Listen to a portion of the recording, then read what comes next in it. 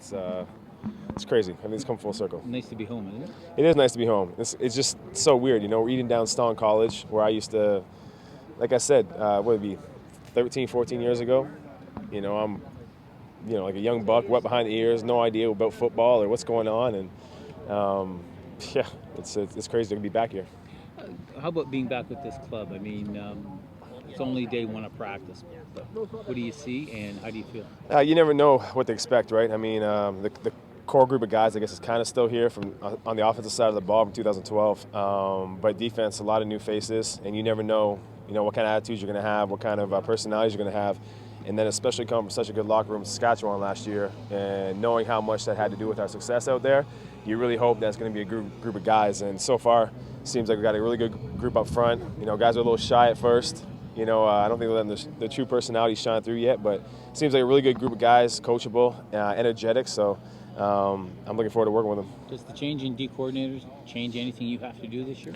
I don't think so. Obviously it's a different person, so I'm sure Casey will have a few things he likes, and puts in that maybe Coach Burke wouldn't have.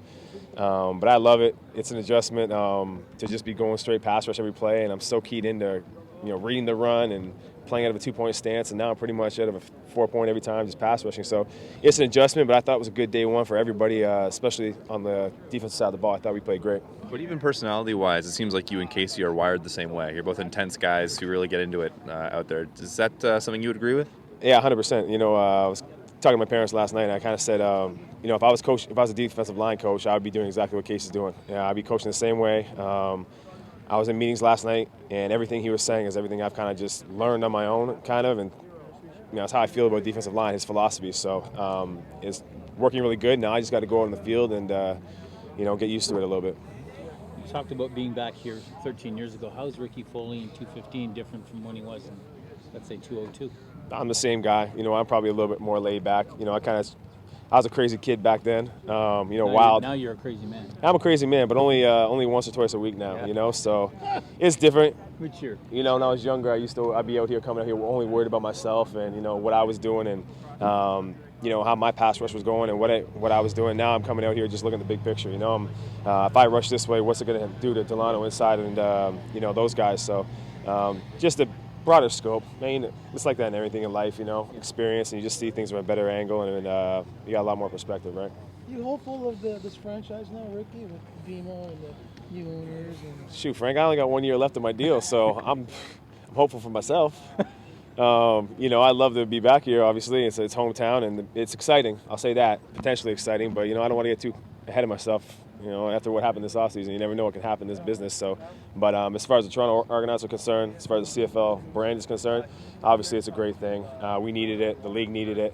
So I know these boys, what they went through last year was, I was texting them and calling them, and I know they did a good job of probably keeping it out of the media how bad it was, but it was bad here last year. I don't know how they dealt with all the adversity. I don't think, Scott did a good job of keeping it under wraps, but you have 4 or 5 different practice facilities during a, 18-week season.